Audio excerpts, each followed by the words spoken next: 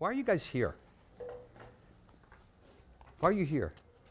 To learn more. Huh? To learn more about architecture. Oh, And okay. design. How about you? What are you here? I'm here to develop my skills in designing. That's so spaces. proper. How about you? What are you here for? Learning about like design practices and methodologies. Okay, to cool, apply cool. Why are you ladies here? Curiosity. About Curiosity, the that's cool, right? All right. What do you want to get out of the class today? What do you want to get out of this class? What do you want? It's not a class, it's like a talk. What do you want to get out of it? What do you want to learn? I would say like a new perspective on how to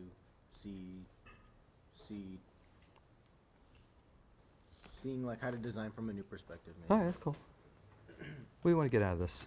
To know a little bit more about your experience. in the That's cool. field. I'm down with that. All right. How about you? Inspiration. Inspire? Oh, I hope I can inspire you, man. That's the hardest thing ever. Okay. All right.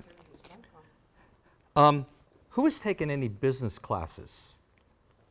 Oh, what'd you take? I have a marketing minor. Matt, fantastic. How about you? Same. Marketing? Yes. Good, good. Anybody take any classes on like, marketing, right? Anybody take any finance classes? You did? Yeah. What kind of finance class? Family financials. Family finance. That's a good one. That's a good one. How about marketing, a couple of marketing people, right? Anybody take a class on human resources? You did, in marketing? Were you a business major? No. Oh, okay, but you took a human resources class. That's cool, cool. How about operations? Anybody know what operations is about? All right, cool, good. How many think, and I'll use the word, I'm an architect, okay? We do interior design. So I'm going to use the word architect and design. And there's architects and there's interior designers here, or product designers and general designers, correct? Is that a fair statement? Okay, good. How many people think that architects like design buildings? Yeah, all right, cool. Well, among many other things. What's that? Among many other things. Around the other things, right, right. That's what most people think, is that the architects like draw buildings and make them look nice. You know what I mean? That's what we think, right? That's the image. But you know, and I've been doing this for a while, and so I had like no idea, actually. And the other thing, I want to set some ground rules. If you have a question while I'm talking, please interrupt me. I'm better with engagement than I am with lecturing. Okay, so if there's a question, raise your hand or just shout out. I don't really care. But just let's make this a conversation because I think it'll benefit you and it'll certainly inspire me to give you the answer, you know, to address the issues. I have some notes, so I'm going to try to read from the notes as best I can, but I'll ad-lib a little bit and go off, all right? So just stay with me. But over the course of my career, I've learned that architecture is actually connected to business enterprise. It's connected to engineering, it's connected to construction, it's connected to development, and sometimes even entrepreneurship. Just so you know, being an architect or being a designer, any kind of designer, those are the things that come into play. And you know, at one point in my career, I started, just happened to start a construction management company while I was working as a designer.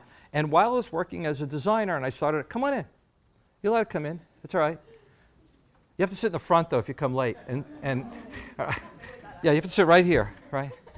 I started a construction management company, and I learned something, is that I made more money working part-time as construction management, or made as much money doing construction management as I did as being a designer. Wow, that's crazy. And my experience in doing that, and I did it like, you know, by the seat of my pants, guys. But I learned a lot about our profession, how things should go, and what the opportunities are.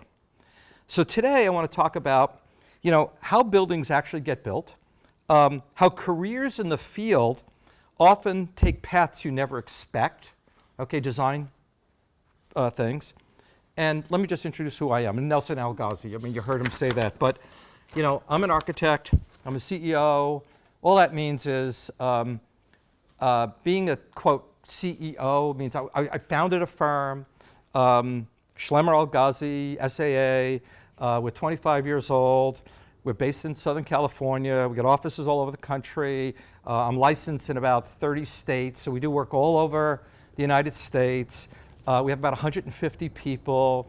We're one of the 50th top largest firms in the United States, which is like miraculous to me. I don't know how that happened. I also own a mechanical, electrical, and plumbing engineering company that does design build work. So we have a construction company, believe it or not. We do construction. And I started SAA. I call it Shlemmer Algaze Associates because it's too hard to pronounce, so we call it SAA. Because I worked for a company for 22 years, and at that company I was like the third employee, and I helped build that company at about 26, and I couldn't get ahead, right? I couldn't get ahead with the people I worked for because the people I worked for didn't have a vision for my future, so I had to make my own vision, and I left that company and started this thing called SAA, and then I ended up buying the company I worked for. Oh my God, right? So I know it's stupid, right? And so we went from nothing to like 30 people, 40 people, and the first year we were in business, we made no money. We thought we made a lot of money, but we didn't realize we had to pay taxes, and so we had no money to put in our pockets, and so we were going hand to mouth, all the time, and I had to learn how to do this thing, and I have no business background other than my father was a mechanic, and he had a garage, and I'm from Brooklyn, New York, just so you know, and he had a garage in Brooklyn, and I used to watch him in his garage try to figure out how to do what he was doing and be a mechanic and et cetera, okay? So I come from a pretty humble beginning. But I want to talk about, and I started to write this, about the business of design, right? I felt like I had to just put down the information that I had kind of gathered in my head, and then it morphed to not only the business of design, but the design of a business. And I feel like starting a practice is a design project, and has all the elements of what a design project is. You got to have a problem and figure out how to solve it, blah, blah, blah, blah, blah, all the way through, right? And so many people enter the design profession because they love design. Who loves design, right? That's why you're here. You're studying design. You love it. And you're here because design kind of speaks to you some way, right? You're not doctors. You're not lawyers. You're not accounting people. You're design types, right? You probably scribbled and doodled in school, right? You probably all have ADD at some level of that. You probably, right? I'm right? Let's get clear, right? Me too, right? Embrace it. You drew cartoons on the back of your notebook. Your teacher said, don't pay attention in class, right? Like you did that, and that's how you ended up here. I get it. That was me. But very few of us understand the business of design. And that gap leads to a lot of frustration, disappointment, wasted talent.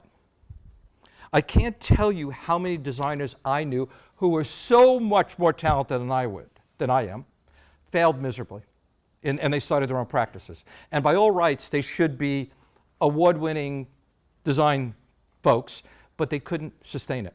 All right, so there's lessons to be learned. And many firms struggle not because their design expertise is bad, but their business acumen is weak. So we're going to talk about a little bit about today what's involved, all right? And this is not a glowing testimonial. Just let's go there. This is about hard knocks, a lot of grit, some dumb luck, mistakes, persistence, and learning a lot. All right? I'm not formally educated in architecture. I had to learn. I worked my way up through the ranks. I started as a pencil head. They used to call me a pencil head designer. I worked my way up. I worked for an interior design firm. The laws in California changed. I had to become an architect to stamp drawings. I didn't like the idea that I had to go to somebody else and say, here, stamp my drawings, because I knew more than this guy did, right? So after I was, my wife, I love, who allowed me to study for the architectural exam after I had 3 kids, and I studied for 3.5, 4 years, and I finally passed it, which was amazing that I was able to get through it, but I did. And so that's kind of my general journey, okay? So I want to go over like a couple of things today. And again, if there's something you want to hear special, please interrupt me and let me know. But I want to talk about my path into design and architecture, right? And what I've learned about building and running a business. Okay, you good with that? And what I believe young designers and future design leaders need to understand if they want to grow and survive. You guys cool with that? Everybody okay? Nod? All right, good. I need that. I need some feedback from you guys. So let me back up onto my path, which is not very obvious. And I'm going to read a little bit. I didn't come from the right background for this profession. I didn't go to the right school. I didn't study in the right program. I wasn't a great student. I had learning disabilities, like you all do, right? And probably would have been, and if I was diagnosed earlier, I might not be an architect. So who the hell knows, right? But I had learning disabilities that I wish people understood about, right? So I had to learn how to overcome those, right? I didn't come from money. You know, I didn't have a wealthy family. My parents, you know, I'm a first generation, right? My parents are immigrant. My mom was an immigrant. My father was barely an immigrant. People in my family, they didn't. English was not the first language in our home. You know, so I come from that place. You know, growing up in Brooklyn, I mean, is like growing up in, you know, at the time, kind of like not the greatest place to grow up. You know, but what I did have was something else. I had a family. I had a mom and dad. I had multiple brothers. I had 3 brothers. Used to beat me up all the time. I'm the runt of the litter. I was the youngest one, right? A lot of grit, you know, and examples of hardworking people trying to build their lives through that effort. You know, again, from Brooklyn, tight community, working class. My father's a mechanic. He was a tough guy too. He was a mechanic. He owned his little shop. You know, tough guy. His name was Louis. You know, and built. You know, all my uncles were tradesmen. So my uncle Maxie was a pipe fitter. My uncle Benny was a steam. He built oil burners, right? My uncle Benny was an electrician. You know, they were all tradesmen, and they were cab drivers, and they were mechanics, and they all had this entrepreneurial thing. You know, they were all trying to get ahead. You know, we were the American dream. These were people that were sons of immigrants. They served in World War II. They came out of the war. They were all really heroic, but they came out and they just went back to work. You know, they raised families, they raised kids. None of them were formally educated, right? So, you know, like my brothers and I were probably the first of my 24 cousins, we were the first ones to go to school. And we never went to Phi Beta Kappa schools. I mean, we all went to city schools. You know, that's who we are, okay? So I have a feeling there's a lot of you in this audience that kind of could relate to what that was about. But what they taught me, or by osmosis, they taught me like how to understand, to be responsible, right? And how to solve a problem, and how to survive, and they also showed me what leadership was about, and that was an important thing. And I saw something else, the desire to make something of yourself without a clear roadmap, okay?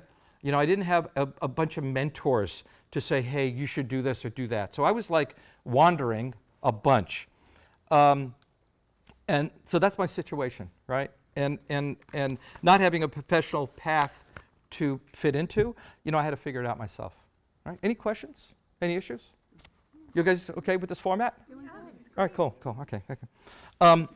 You know, for me, becoming an architect almost didn't happen. In fact, architecture was out of my reach, completely out of my reach. My oldest brother, Victor Algaze, he wanted to be an architect since he was like 14. He went to a high school in Brooklyn called Brooklyn Technical High School. You had a test. It was like I guess you'd call it a chart. It was like a charter school, but it was a specialty school. You had a test to get in.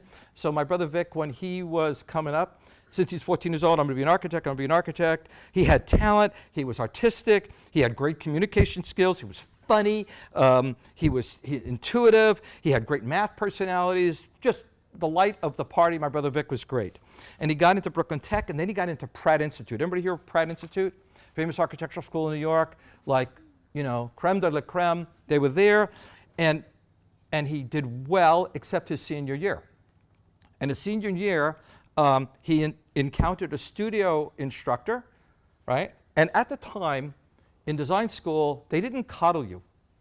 They try to get you out. They try to weed you out. They try to haze you out, right? And he met an instructor who convinced him that he didn't have the talent to be a designer. Now, without any mentorship and any support, and going to his mother and father and saying, "Mom, my parents couldn't even spell the word architect. What should I do?" He just basically withdrew and dropped out of school and dropped out. So the word architect in my family was a big, fat no-no. My brother Vic set the stage for none of us to be architects. In fact, my second brother, Albert, became an engineer. My other brother, Mort, became an accountant. He made more money than any of us, but the word architect wasn't allowed, all right? And that had a profound effect on me, that I wasn't even allowed to use the word architect or designer in my home. It wasn't like we grew up in a beautiful home or, highly educated people. So I had to take a much different path. I went to community college. I barely got into community college. Then I came out to LA and I got into Cal State LA, rival school, but also a commuter type school. I switched through a lot of different, I tried to take some business classes. I tried to take accounting classes because my other brother was making money doing accounting. I go, I'll do that. But I thought my head was going to explode. I couldn't do that at all. There were no girls in the accounting departments at that time. So I'm like, I'm not going here, right? And I finally switched majors. And I thought for some reason maybe what I should do is like, it sounded cool to study political science at the time, right? And so I said, I'll be a political science major. That sounds good. And maybe I'll go to law school. The only problem is I couldn't read. And so that was hard to take that path. And so I'm going, now what am I going to do? So I finally graduate. I kind of got through. I don't know how I got through at Cal State LA, right? And I got out in a recession. I got out there was a complete spin out of control recession. And I had no idea what I was going to be doing, right? But I got a job working in construction. Now I could do that because I kind of did that as a kid with my uncles and my dad, right? So I understood how to do that. So I worked in construction. I worked as a mechanic's helper. I built boats. Right? In Inglewood, I built boats. And then I got a real job where they gave me I had one suit, one shirt, and one tie, and I worked in retail for a while. And I actually hated that too. But I was on the management training program at a department store. You probably know Bullock's department store. Remember that, Bullock's department store? I was in the management training program. And this was like my first job where my fingernails weren't dirty, and I took a shower in the morning versus taking a shower at night, right? That was the deal. But none of the experiences that I had doing that kind of work were wasted, right? Every one of those things that I did helped me and helps me today, right? So the lesson is the stuff that you do when you don't know what you're going to do is okay. So don't be afraid. Try it. Construction taught me how things get built. Mechanical work taught me how systems work. Retail was interesting. I hated it because you had to work on Saturdays. You had to work like the day after Thanksgiving. And I didn't want to do that. But it taught me about organizations, and it taught me about customers, and it taught me about management stuff that I had oh, wow, that's new stuff, right? And it all became useful later, even though I didn't know at the time that these were important experiences for me. So I'm going to share that with you. Eventually, I meet a girl, right, who was studying career counseling. Her name is Susan, and she gave me a bunch of tests. They had these tests. Do you want to be a shepherd or do you want to be a sea cat? They had all these tests, right? And she said something to the effect of, you test in a very weird way. You have a pragmatic business head, and you have this creative thing. And I go, yeah, that's great. Now what am I going to do? And she went down the list of things you can do, and the one that came up was architect. I said, well, she says, you should think about architecture. I go, I can't. My brother Victor flunked out architecture school. I'm not allowed to. So what I did is I said, well, let me try to get something close to that. And what did I study? I went to Cal State LA, and I studied industrial design, general design. I thought that was okay, I'll figure that out. And And it nudged me. It was a good thing because I started to develop a design vernacular in school, in graduate school. And I said, oh, okay, I could start doing this. And I loved it. I found it. I loved drawing, right? I loved being a draftsman. I liked making things with my hands, right? And I loved the studio environment. And the first time in my life, something actually clicked. So, you know, they talk about finding your passion, right? I had no idea what my passion was. I had no idea. I had to learn it, right? And I learned it by making a lot of mistakes along the way. Now, in retrospect, maybe they're not mistakes. In retrospect, maybe they're just good opportunities. But I had to learn that. You know, my first design job, I had an opportunity to, a friend of a friend introduced me to a design firm to maybe land a job, right? It was in Century City, and I walked into this guy's office, and he said to me, what do you want? I said, well, I'd like to get a design job. And he said to me, you have any work? I go, no, I'm here to get a job. I'm not, you know. He said, well, do you have any work to bring to the table? I go, no. He said, well, you got to go learn how to get work. What? How do you do that? So he gave me a pad of paper. He paid me minimum wage. He gave me like a, you know, those yellow legal tablets. And he says, what I want you to do is I want you to go to downtown Los Angeles right now. And this was an interior design firm, just so you know. He was an architect by training, but he did interior design. He did commercial interiors. He said, I want you to go to downtown LA, and I want you to walk up and down every street in downtown LA, and every high-rise building that you see that has a sign on it that says for lease, I want you to write down the name of what the address is of the building, and whose phone number, and whose name you should contact to find out who's in charge of getting it leased. So I spent like 3 weeks from morning till night in between school. I was going to school at the time, and I filled up the legal tablet, and I came back and said, here you go. And he said, okay, now get on the phone and call these people. What? What? Get on the phone and call 400 people and find out if they need me, and I don't know anything? And what happened was really interesting is that I had 2 meetings. I had one meeting with, that turned into a project that was a complete disaster, and I had another meeting with a guy who was a real estate broker type who had just gotten fired from his father's company, and he was so pissed off that he worked for his grandfather's company, excuse me, that they threw him out because he was such a jerk, right? And I became friends with him ever since then. But that was my first education in what they call business development. How do you get work? Right?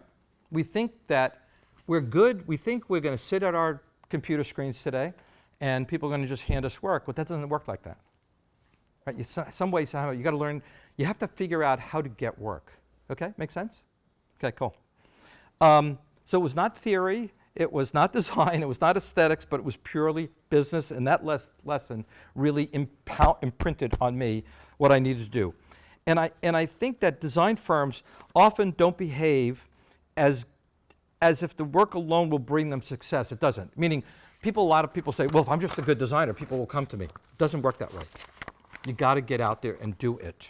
And there's ways to do it. It's not as impossible as it sounds, but it's something you have to think about, okay?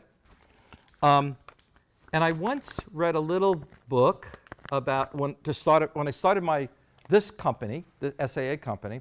I read a little book on what it meant to run a professional practices firm. Whether you're an architect or an attorney or whatever your job was, there was a little book about how to do that. And there was 3 things that you had to worry about. Number 1 is you had to learn how to get work. Number 2 is you have to learn how to send invoices out. And number 3 is you have to learn how to collect money. There was no place there that says you do the work. There were other things that you needed to do to survive as a company. Got it? I know this is contrary to everything you're learning right now, so stay with me, okay? I promise. So it's gonna come around. And it sounds, and when I say it in my firm, people in my firm get upset with me. What about the work now? What about how are we going to get the work done? I go, we're going to fit it in around that, man. But our mission has to be those 3 things. That's our mantra. Number 1, get to work.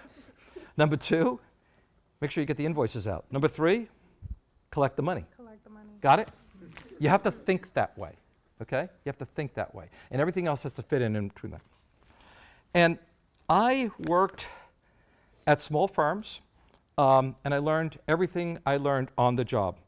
I often was unprepared, undertrained, underprepared, and had to figure things out in real time, okay?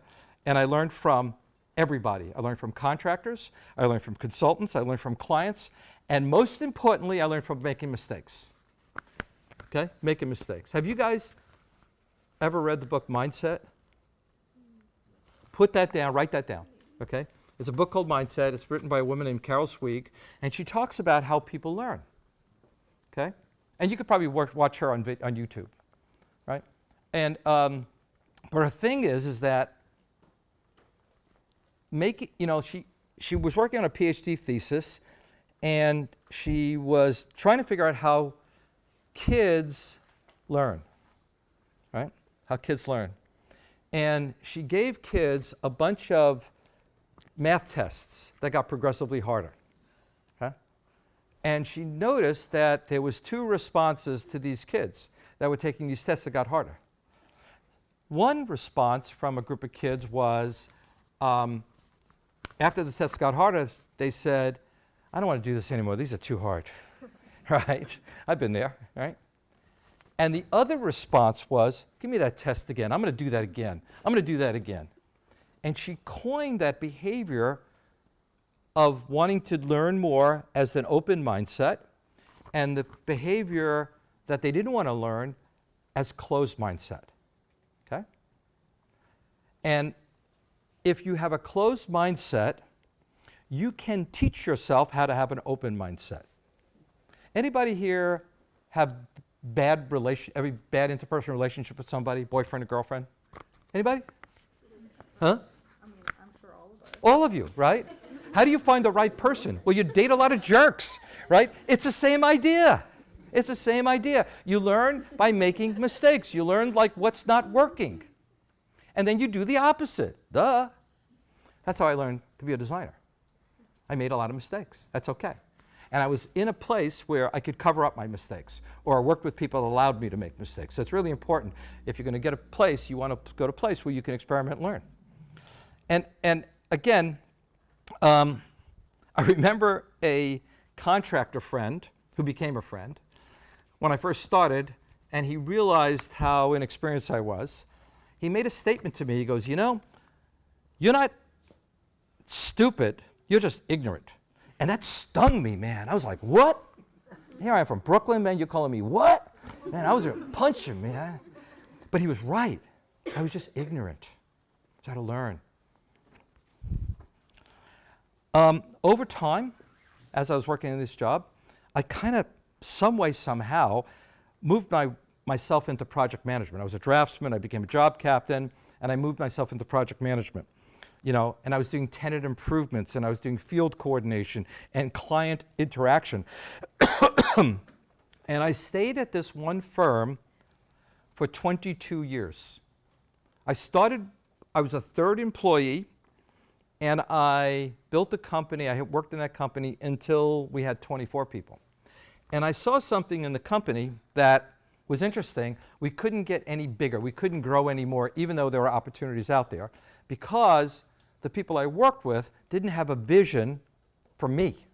They had a vision for themselves, and they weren't willing to invest in the infrastructure that was necessary to support the growth that we needed to have. So I left. I left that company. Also during that period of time, as I said, the laws changed, and to do tenant improvement work, you had to be a licensed architect. This is before certified interior designers and stuff like that, but you have to be a licensed architect. So I went and I did that, right? And as I said, I searched the career path in California.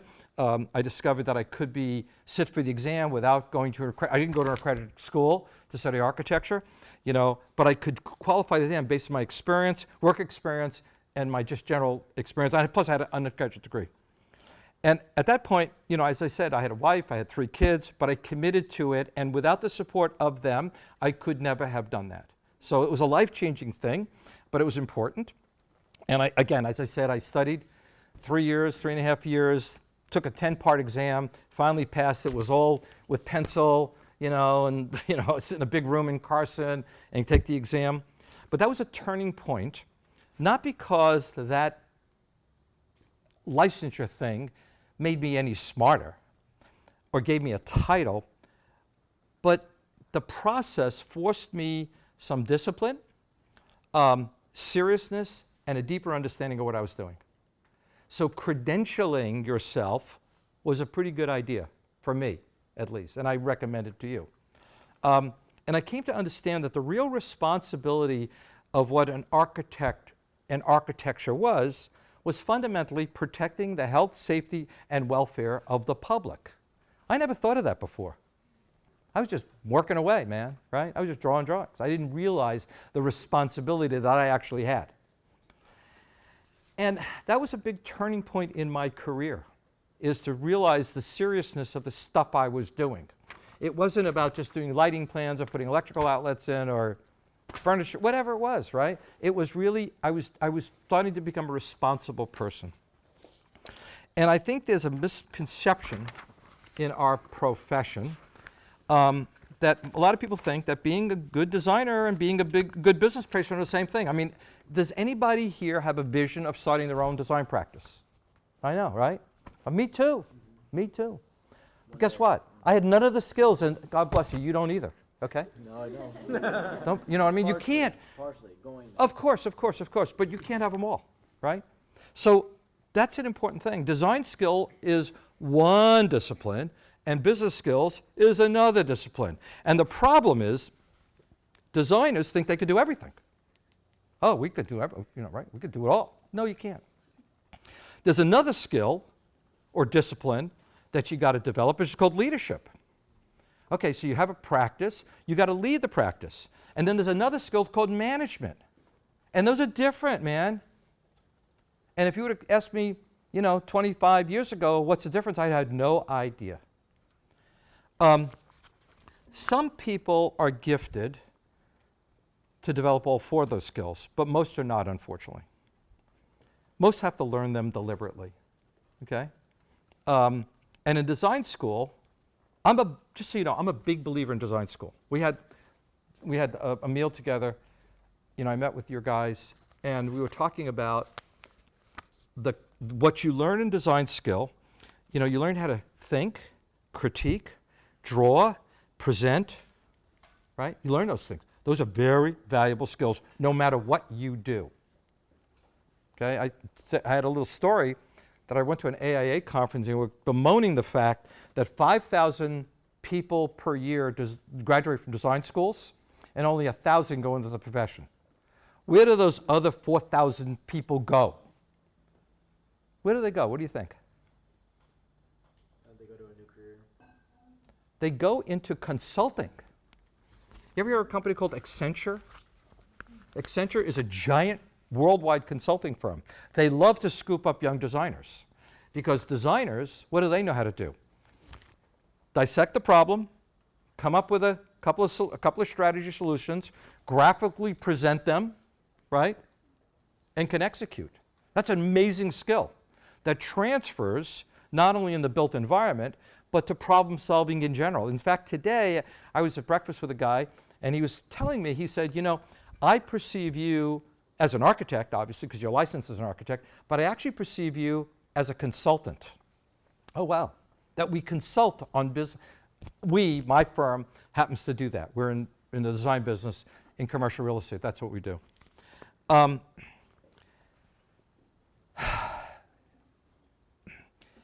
These are the things that will ensure firms' survival. Without those things, you won't survive, okay? A lot of architects and engineers are frustrated. When I first got into the design business, people said to me, you want to be an architect? Are you out of your mind? This is the worst profession ever. It doesn't pay. People treat you like crap, right? Right? You heard that? Have you ever heard that one? Right? Your parents tell you that? How are you going to make money? Right? They're right. They're right. Unless you develop more skills, other skills. Broaden your skills, okay? a lot of architects and designers that I know are frustrated because they wanted to design, and now they have to spend their time on hiring, billing, staffing, scheduling, contracts, conflict, strategy, and they resent it because they weren't trained for it and they don't have a mindset for it. Got it? I'm not trying to scare you, I'm just trying to give you the reality. You guys okay with this so far? All right, cool. But if you want to lead a firm, that's the work you need to work on. Okay? There's a little book that I also recommend, okay? And it's called The E-Myth, okay? A little short book. And it's about a woman, stories about a woman who loved baking. She loved baking. Cookies, bread, all this stuff, right? And she saves enough money, she opens a bakery, right? And she loves to bake. And she has a store, right, with a counter and stuff and decorated and all this stuff. She's got a bakery in the back. And a customer comes in, so she has to stop baking and go in there and give the customer what they need and then go back to baking. But then another customer comes in and she's got to go do that, and that's not so good. So she goes, well, you know what, I'm going to hire somebody, right, to do the front stuff and I'll be the baking in the back. Well, that's great. That's such a great idea. But the person that she hired didn't come in and wasn't nice, and the bakery starts falling apart. And then the rent comes in, and what do you do? And she's got to talk to her, and she's not baking anymore. She's running a business. Oh. What do you do? What do you do then? Okay, we'll talk about that. The key is that you have to understand that there's 5 functional areas in every business. Write these down. Write these down. I know you have to write a paper or something like that, so I feel bad for you. So I'll give you everything that you can write down, okay? If you need any help, you can give me a call. I'll help you out. But the first thing you have to understand is the 5 functional areas of any business. And I'm saying in any business, whether it's General Motors or rinky-dink design firm in downtown Long Beach, which is where we started. We were a rinky-dink design firm in downtown Long Beach. And let me back up before I go there. We had a guy who helped us set up our business. He's a short guy, a little chubby. His name is Mike Takaki, and he's like my Zen master, okay? And he's an accountant by training. And he said to me when we started this company, he said, you're really a good designer? I said, I am the best designer on this freaking planet. Nobody designs as well as me. I'm a gangster designer. He says, great. He said, stop. What? He says, I want you to start working on your business, not in your business. What? He says, you got to start learning about the business of design. Right? And now you're designing a business. So here are the foundations, okay? I wish somebody would have taught me this a long time ago. So I'm giving you the trade secret. Number 1, human resources. You got to know what human resources is all about, and you don't have to be an expert. Just have a basic understanding of all this jazz, okay? But human resources, they're a pain in the neck. I happen to love our human resource director right now, but the ones before it, oh God, I had such trouble with them. It's not even funny. But human resource, it's about culture, it's about compliance, it's about hiring, it's about retention, it's about payroll, it's about benefits and communication. Right? Do I want to do that? No effing way. But you need to know about it. Okay? You need to know about that. You can't build a strong firm unless you attract and retain good people. Recruiting is constant. You're always looking to recruit. Who's the baseball player? Who's that kid who wants baseball, right? What do the Dodgers do during the free agency time? They trade up, right? Yeah. They look for talent. Huh? They buy it? You're right. They buy up. You're right. You're absolutely right. Why not? They want to win a championship. That's how they get judged. I don't fault them for that. They're supposed to do that. That's the game they're in, right? They're not doing this for charity. They're doing this because you'll buy Dodger tickets and go get hot. That's what they're here for. They want to win. They got to win. So they got to trade up, man. That's the game. Don't blame the player. It's the game, man. Okay? Recruiting is constant. And retention is even harder. How do you get good people, you get good people on your team, how are you going to keep them? What are you going to do to keep them? You got to pay them. You got to treat them nice. You got to educate them. You got to do all this kind of stuff, right? And the one-size-fits-all approaching to staff doesn't work.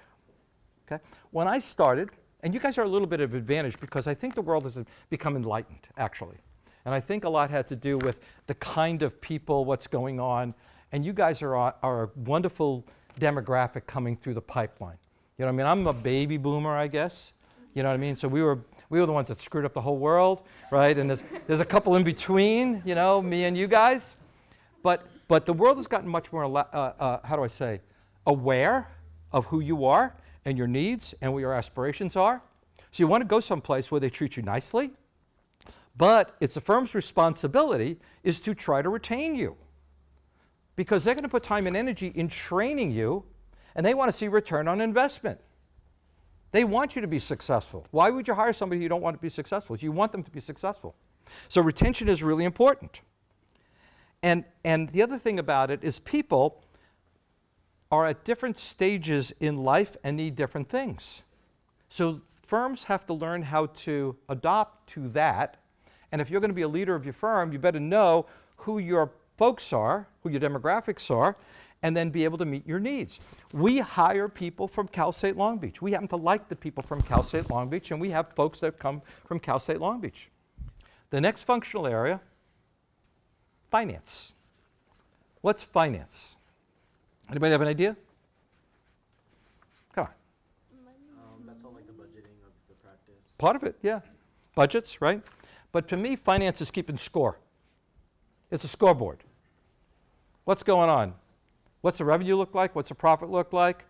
What's our financial plan look like? What's the reporting look like? Are we profitable in this project or are we not profitable in this project? If you gave you a project and I said you got to do it in 5 hours and you get it done in 50 hours, I'm going to go, uh-oh, we got a problem here, right? And maybe the problem is not you, but maybe the problem is the information that we gave to you was not good, right? But finance is a way for us to keep score. Finance, again, I'm not asking you to become accountants, right? But have a vernacular. Learn how to read a financial statement. Learn the difference between revenue, expenses, and profit. Learn the thing called cash flow. What's cash flow? The money you got in your pocket, man. My father, as a mechanic, he had something called accounts payable, which he had bills, and he would roll them up. When people would give him bills, he'd stick them in his pocket, right? And then when customers would pay him, he'd stick it in this pocket. And he'd come home, and he'd lay them out on the kitchen table, right? And he'd show my mom all the bills, and he'd lay out the cash he had, right? And she'd look at it and count it up. And she says, Louis, go out and get more work, because we can't pay all these bills, right? Or, you did good today, Louis, now go do it again. You got to learn that kind of stuff. It's fundamental to any business, and most designers run for the hills when they hear the word finance. I don't want to hear about it, I want to hear about finance, and that's the thing that'll bury most companies if they don't have a sound financial control practice. The next functional area I want you to have a vernacular for, and again, I don't want you to be experts in anything, but just have an understanding so when people say this to you, you don't freak out, is marketing. Who knows that you're the marketing lady? What's marketing? You got to talk up, man. How would I describe it more things? All right, I'll help you. I guess like how you present your business to the world. Kinda. What do you think, marketing? It's like how you want someone to see your personal values and what you strive to Kinda. bring to the table. Kinda. Selling yourself. What? Selling yourself. Kinda. It's all kinda. All right?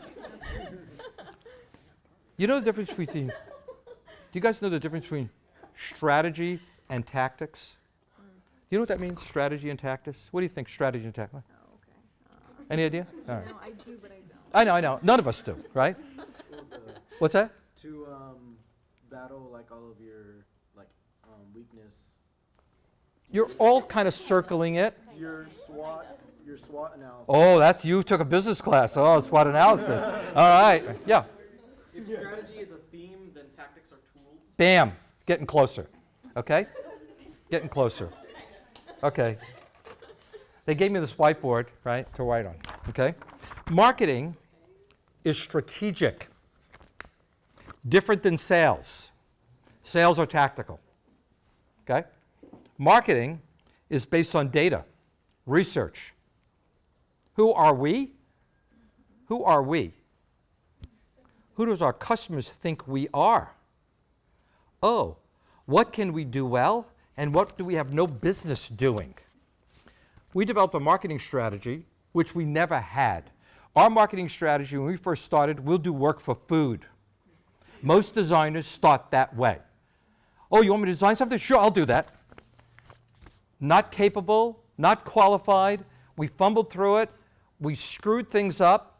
We burnt people out, and we made no money. Marketing was really, for us, figuring out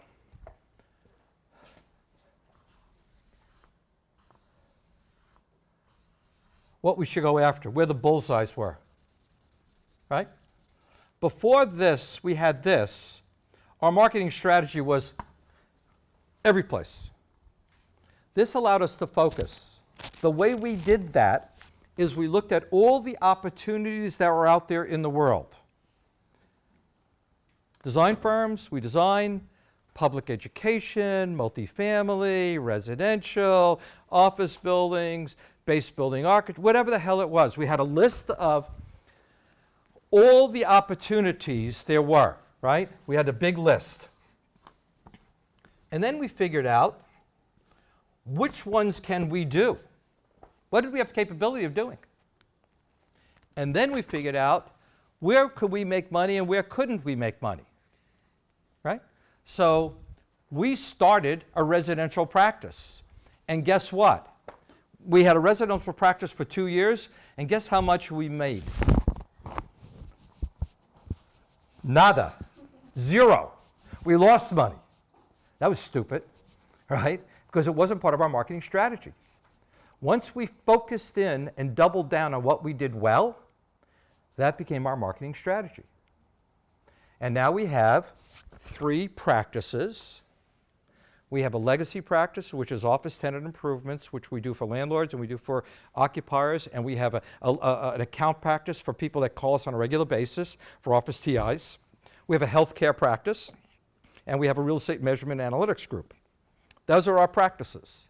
When somebody comes to me and says, hey, I want you to design a bridge from here to China, you know what my response is? No, thanks. I'll pay you $100 million. No, thanks. We don't have the capability. We don't have the capacity. And not only that, it takes us away from what we're really good at, which is the opportunity cost, because you're spending time doing something you shouldn't be doing. So marketing is really understanding it's what you're good at and where the opportunities are. Okay? Sales is different. Once the sales guys know where the target is, let's focus in on that. Okay?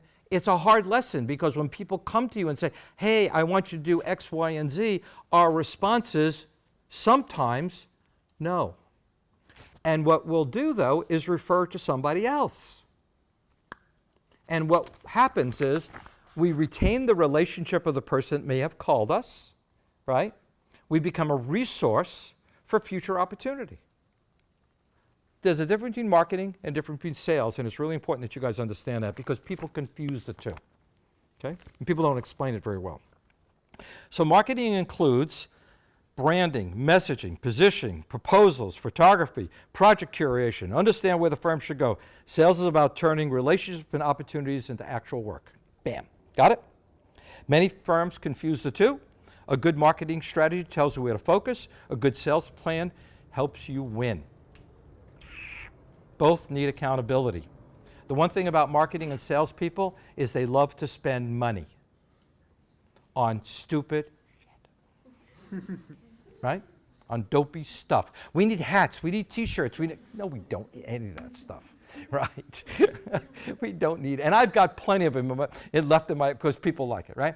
So it's really important to understand what that's about. And I'm saying this to you, not for that first job you get, but as you progress, you'll have an understanding of what this is all about. And you'll be able to evaluate the firms you go to work for to say, what's your marketing strategy? That's a fair question. And if they fumble, you know they're in trouble. Okay. Operations. Anybody know what operations is? Yes. You just did that. You look smart. How you make things happen. Kind of. I look at operations as the moment a project comes in to the moment a project leaves. Okay? Who unlocks the door in the morning? Who turns the lights on? Right? Who has the coffee going? Right? Who cleans up? How do we staff projects? Right? How do you assign responsibility?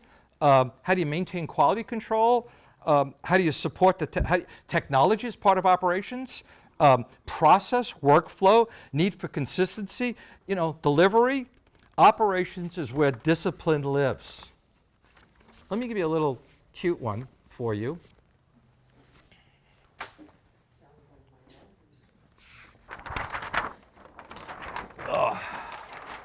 You guys can see this? Yeah. Okay, cool. When I studied for the architectural exam, my licensing exam, there was a section of the exam that had to do with who you worked for, who your customer was, right? And they said, okay, you're going to have a client, right? And the client is going to hire you, design guy, and they're going to hire a general contractor, and you have a fiduciary responsibility to work together in that arrangement. Sounds pretty cool, right? Never happens. Never happens. Typical process for us, back here. You have a building owner. You have a tenant. This is if you go into the office tenant improvement business, right? There's a lease that they're trying to get to. This guy's got a broker. This guy's got a broker. Okay? Oh, wow. The building owner, maybe he hires an architect, he hires a project manager, and maybe he hires a general contractor. And this guy maybe has his own girlfriend who's an interior designer or somebody, right? She has another design person. He might have a specialty contractor. Oh, by the way, he's got FF&E, furniture, fixtures, and equipment. He's got telecommunications. He's got security. He's got all these other people. Whew. It's amazing that anything gets done. But if you don't understand what side of the equation you are on, who your customer is, you are setting yourself for complete failure. Understand who the customer is, understand the process, how your firm's going to work, who you're working for, who you're accountable to. That's all part of the operational process that you got to understand. Cool? Great. How are we doing so far? Okay, good. You're not bored? Okay, good. If you do get bored, let me know. Now, the last one is probably the toughest one, I think, and it's called innovation. It's actually a functional area that companies must have, okay? And innovation is messy. It's not easy, right? It comes like top down, bottom up, comes from the sides, innovation, right? But for companies to thrive, stay current, they need innovation. And innovation may be the stupidest thing in the world, but make the world of difference. Now, it also is a scanning tool, right? It also is technology as part of innovation. But there's also process innovation, and that you got to constantly look at innovation. And innovation to me is, do you know how they paint the Golden Gate Bridge? Anybody have a clue? If you go to San Francisco, they're always painting the Golden Gate Bridge. It's insane. What they do, a bunch of guys get on a scaffold, and they scrape till they get to the end. And a bunch of other guys come and they paint till they get to the end. And you know what they do after they're done? They go and start again. They're constantly scraping and painting this goddamn bridge. That's what innovation is. When you think you got it right, you don't. You got to do it again. And you dissect it, you dissect it, you dissect it, and you thin slice it, you figure out what you do. You know, how do we get better? You have to constantly work on innovation. Very, very important. And being entry level, I don't want to use the word young because I don't like that, because if I say young, you'll say old. No, being entry level, right? Being entry level, people are looking for you to bring new ideas to the table. The stuff that you learn in this environment is all innovation. You're doing stuff here that the firms that you're going to go talk to have no idea what the hell you're doing. Technology, Revit, whatever it is, man. Innovation matters, and it's messy. And another part of innovation is it's not always clean, and it doesn't always work. But it's that mindset. Innovation comes from mistakes. Let's try it. Didn't work. Screw it. Let's do something else, right? You got to constantly innovate. So innovation is a functional area that a lot of people don't spend a lot of time on. And a good example of an industry that was not innovative in the late 70s is the American car industry. American car industry, when we grew up, you know, having an American car was the cat's meow, right? But something happened where there was a little company called Datsun and a little company called Toyota, right? Were making these little dopey cars, right? And if you went to Cal State LA, when I went to Cal State LA, and you look in the parking lot, there were no Buicks or Chevys or Cadillacs or Fords. It was all these little Datsuns and Volkswagens and Toyota Corollas, right?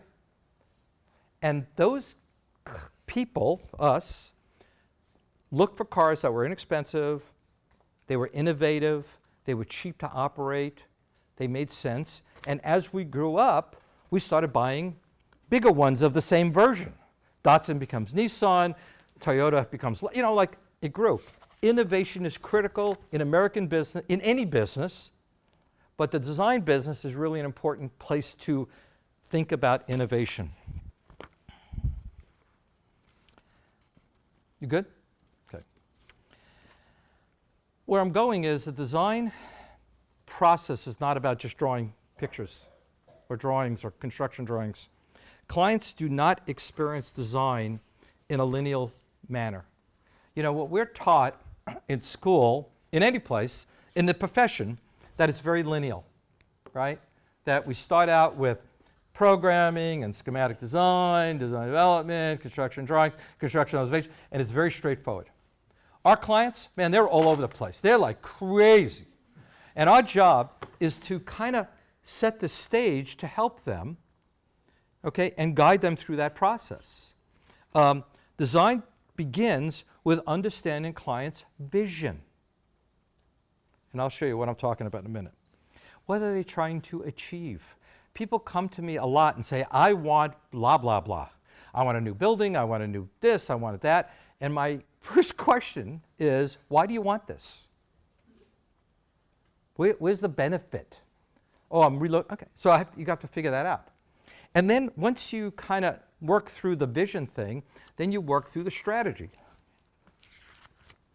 And it's not one strategy, but it might be many strategies.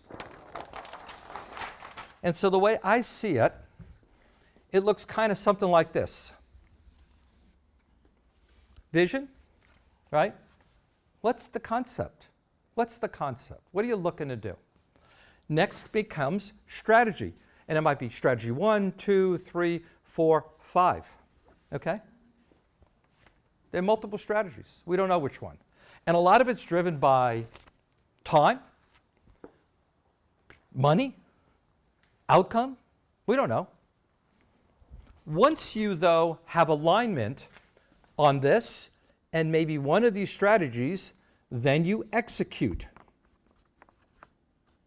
Execute, T-I-T, right? And we as designers think this is what we should be doing. I would say we really should be working upstream, okay? Because as we move down this way, our value drops. Ooh. Our value is here. And what's really cool is that if you do a good job along the way, when the next project comes along, they call you back and you get to do it again. Oh, that's cool.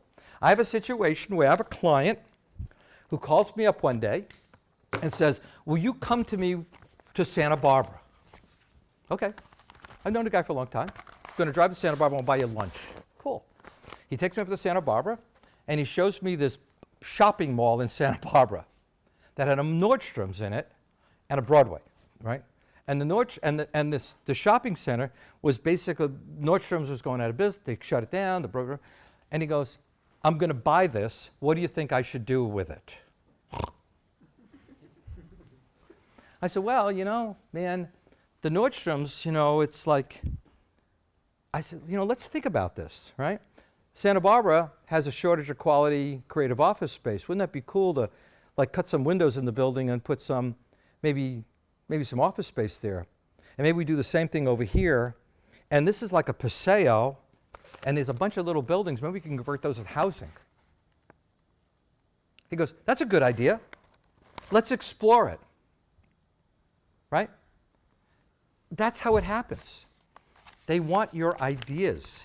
They want you to support. Now, some people come to me, this is what I want. This is it. Okay, then I'll just execute. Right? But the true value is when we can move up move towards the vision development, the strategy development. Obviously, we want to execute. But there's an argument that says that maybe the execution is not really where our value is, even though we think it is. All right? And we have to start thinking of ourselves at a higher level as designers. You want to know what the end game is going to be. I always start at the end. What do you want? How much do we have? How long do you have to do it? And then work backwards to that. Okay? If you understand the vision, everything follows is compromise, strategy, trade-offs, good design, help clients understand those choices. Implementation, simple. Schematics, programming schematics, design development, construction drawings, we know that one, right? This is part of the process that architects don't treat as a whole. We must look at the bigger picture, okay, if you want to be successful. The further upstream you work in vision and strategy, the more value you become. That's a fact. This does not mean that implementation is not important. Implementation is very important. Being able to execute is very important. This is when you call in other experts. You call in structural engineers and mechanical engineers, people like that. That's very important. So I'm not discounting it, but I'm just saying is that if we can move upstream a little bit, we'll be fine. The other thing I want you to understand is project delivery, which is kind of that other chart I showed you. How we deliver projects, okay, matters. And having an understanding of what the choices are of design, bid, build. Anybody know what that means? Design, bid, build? I don't want to be talking over your heads. Anybody know what that means? You design it, you bid it, you build it, right? Or design, build. You know what that is? We're a contractor. You work for a contractor, right? And then there's something called design assist, and there's something called integrated project delivery. Do you know what those words are? Learn them. They're not hard. You could Google them. You can go to chat and figure it out, okay? The worst one we have found is the design, bid, build. Design, bid, build is what usually you do when you do public work, where you have to put together plans and specifications. You send it out to 10 contractors. You get the low price. You use that person, and you end up in a battle, okay? A battle, because it's adversarial. Design, build, you're working for the contractor. There's advantages and there are disadvantages. Now your client is the contractor, okay?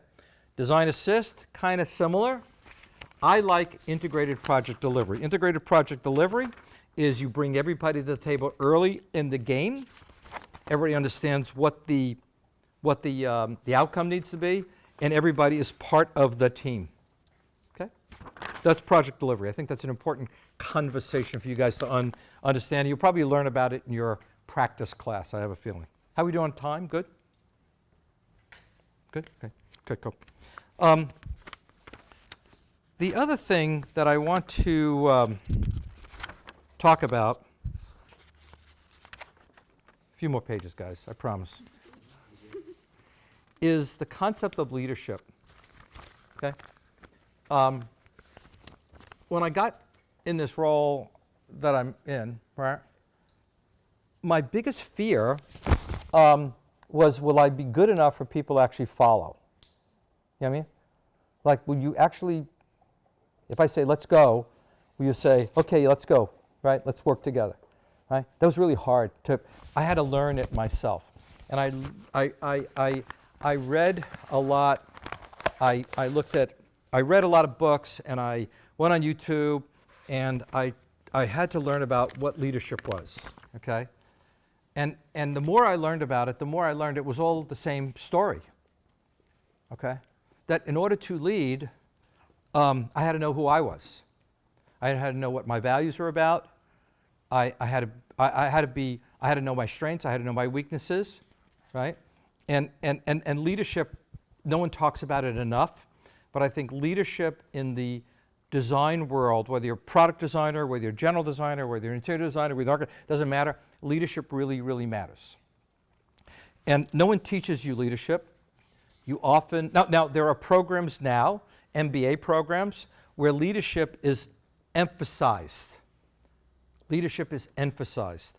And I think leadership, the people that are the most successful at my firm are the ones that demonstrate leadership. Not the best technical people, not the best designers. There are some designers who are really good leaders, right? But I know a designer who's phenomenally talented, who has no leadership skills whatsoever. In fact, he's the kind of person that alienates everybody he works with. But he's a great designer, but he doesn't work for our firm anymore because he doesn't create a culture that people want to follow. And it's really important, and if I could share anything with you about leadership, this is an important one, all right? I find that there are like 4 traits of good leadership. And this is not, I'm not making this up, okay? They've done research studies on what are the 4 characteristics of successful leaders. Actually, at USC, they studied, what happened, they did a study, and there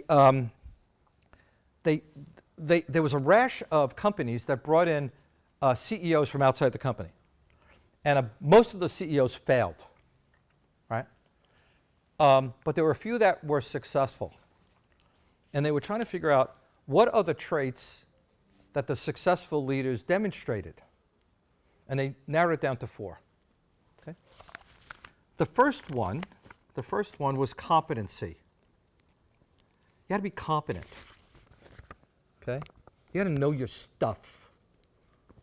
Okay?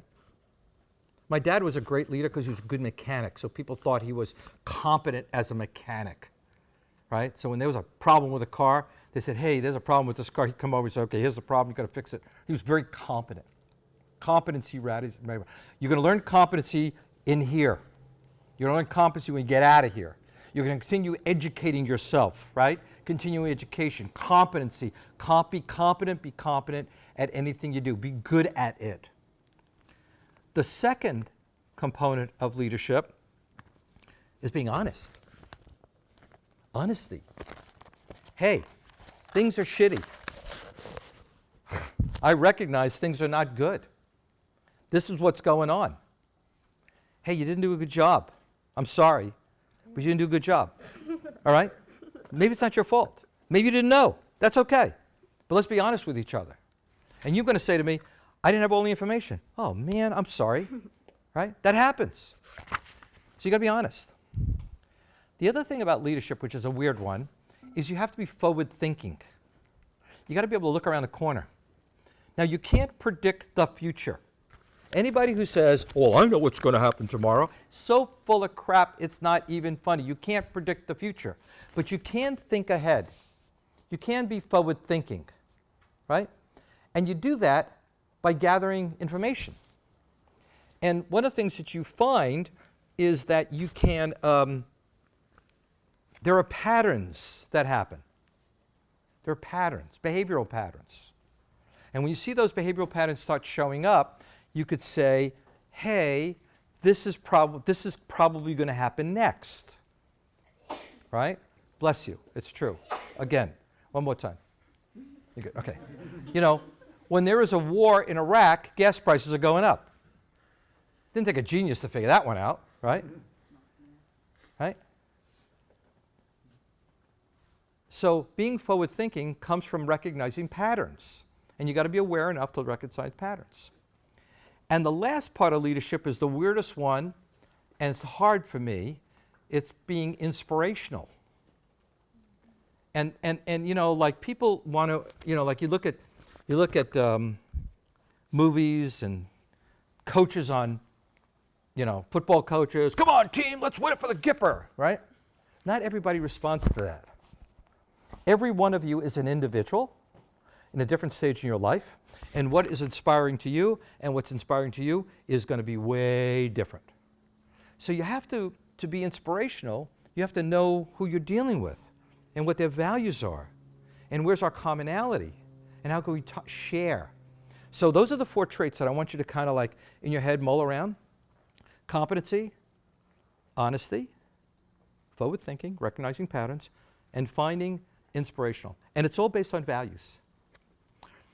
Fear and intimidation, and I've worked for people who use fear and intimidation as leadership styles. And it worked for a short time until I figured out how to beat them. Right? Fear and intimidation is not a legitimate form of leadership. Legitimate leadership matters. Having people believing in what you're doing matters. And the only way you're going to get people to believe in what you do is that you got to believe it, and you got to be honest about it, and you got to be competent in what you're doing, and you got to be looking ahead and say, here's the path I think we should take. You want to come? And I'm not even sure we're going to win, but this is what I know. Legitimate leadership matters. And it has to be built on trust. Okay? Here's another book I want you to read. And maybe you don't have to read the whole book, just parts of it. It's called The Speed of Trust. The Speed of Trust. It's written by a guy named Stephen Covey, I think his name is, C-O-V-E-Y. And his book is fundamentally all about trust and how important trust is in relationships. And he breaks it down into 2 big buckets. On one side, trust comes from having good character. Okay? You have good character, you got to be a good person. But along with character, you got to be competent. Okay? So the guy that we had working for us, who's really, really talented designer, that nobody ever wanted to work with because he was such a jerk, no one would trust him. Or the person who's such a sweetheart but didn't know what he was doing, he wasn't competent, nobody would trust that person. So you got to demonstrate both.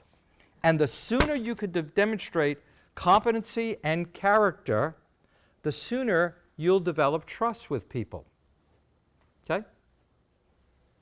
So if you show up late to a meeting, not good character. We had a lady working for us who was an hour late to a meeting. An hour late. Calls on the phone. I'm running late, there's traffic. Okay? Cool. She gets to the meeting with a cup of Starbucks coffee in her hand. The people waiting there going, what the fuck? Right? You lied. Got it? Competency and good character. Got it?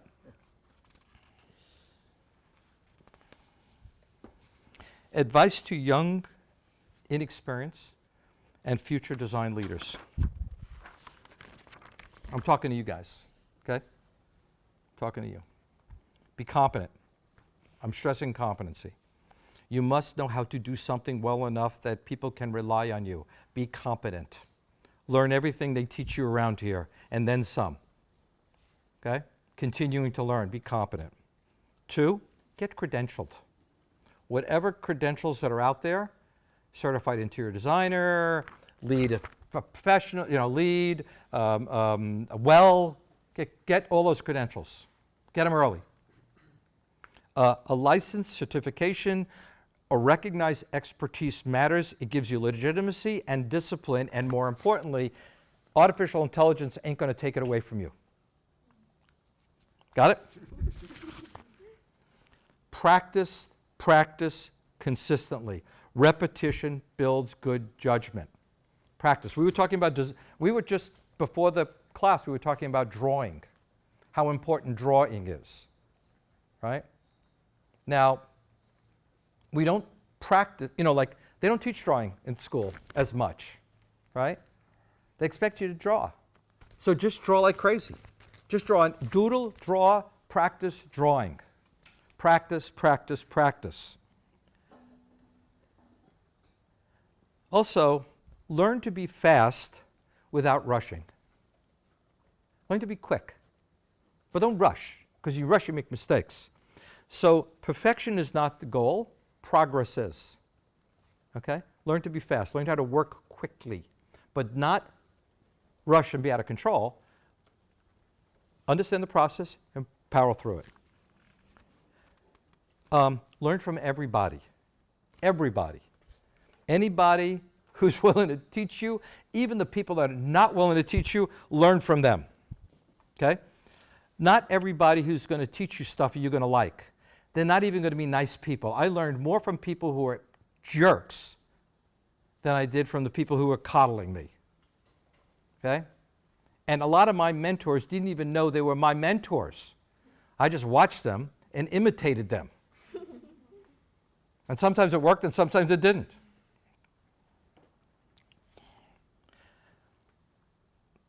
Learn those principles of business I shared with you. Finance, marketing, ops, HR. Learn a bit about law, contract law. Learn about leadership. Practice that. Do not assume you will absorb them automatically. You have to be deliberate. Oh, here's a good one. Protect your health and your relationships. What is he talking about? Be nice to yourselves. Nurture your relationships with each other, with the people you care about, with your family. Nurture those relationships. Those are important things that give you balance. Okay, this job is hard. You're under a lot of pressure. You're going to need emotional support. Be nice to yourselves. Take care of yourselves. Eat right, exercise. Don't do stupid stuff. You're going to do stupid stuff. I know it, okay? But try to limit it, okay? Try to limit it. Also, try to understand your client's language, right? They're not in the design business, right? You got to learn their language. When I work with lawyers, I got to learn what lawyers talk about. When I learn, you know what I mean? Like you got to learn the vernacular. It's not that hard, okay? They're not that bright. You just got to learn what they're doing, man, okay? Learn what makes them tick, okay?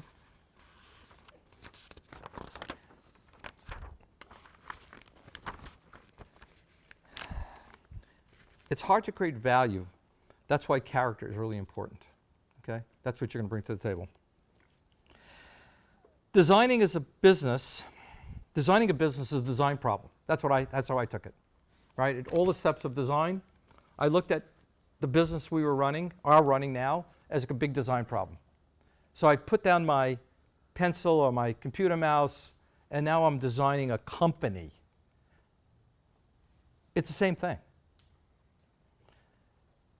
I began by saying this is about the business of design and design of a business, right? And that was intentional on my part. A business must be designed just as carefully as you design a project. You can put that much care into it. It needs structure. It needs systems. It needs values. You got to have values. It needs leadership. It needs adaptation, innovation, right? And it needs people who understand that great work alone is not enough. Just because you do great work doesn't mean it's going to make you successful. The best lessons I've learned about business were incredibly simple. As I said, get to work, invoice, collect the money. You can argue that there's more to it than that, and I understand that, and of course there is. But if you fail at those three, the rest does not matter.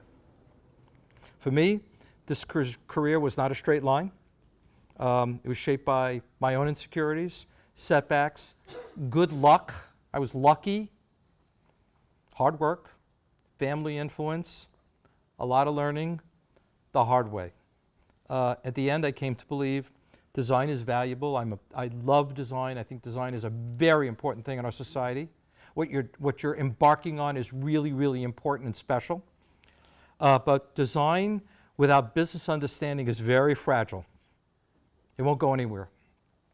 Business without leadership, without trust, and without purpose is empty. Okay? If you want, anyway, that's it. That's me. All right? Good?